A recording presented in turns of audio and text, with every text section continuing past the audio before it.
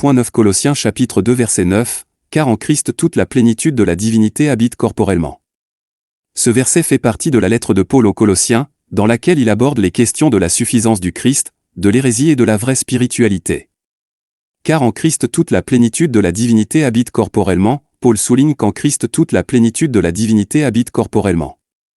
Cela signifie que le Christ est l'incarnation de Dieu, possédant pleinement la nature divine. L'explication spirituelle de ce verset met en évidence quelques leçons importantes. Nature divine du Christ, Paul enseigne que le Christ n'est pas seulement un être humain extraordinaire ou un prophète, mais la manifestation même de Dieu dans la chair. Toute la plénitude de la divinité est présente en lui. Incarnation, le mot « demeure corporellement » souligne que la divinité du Christ s'est manifestée dans son corps humain.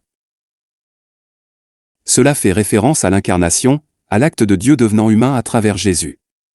Suprématie du Christ, l'affirmation selon laquelle la plénitude de la divinité habite en Christ met en évidence sa suprématie sur toute chose. Il est le seul médiateur entre Dieu et les êtres humains.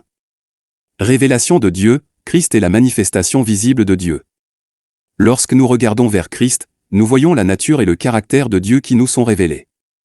L'incarnation importante pour la rédemption, l'incarnation du Christ est cruciale pour notre rédemption. Ce n'est que par lui, en tant que Dieu incarné, que nous pouvons accéder au salut et à la réconciliation avec Dieu. En résumé, Colossiens chapitre 2 verset 9 souligne que toute la plénitude de la divinité habite corporellement en Christ. Cela renforce la nature divine de Jésus et sa suprématie sur toute chose. L'incarnation du Christ est un point central de la foi chrétienne, car c'est par lui que nous pouvons connaître Dieu et communier avec Dieu.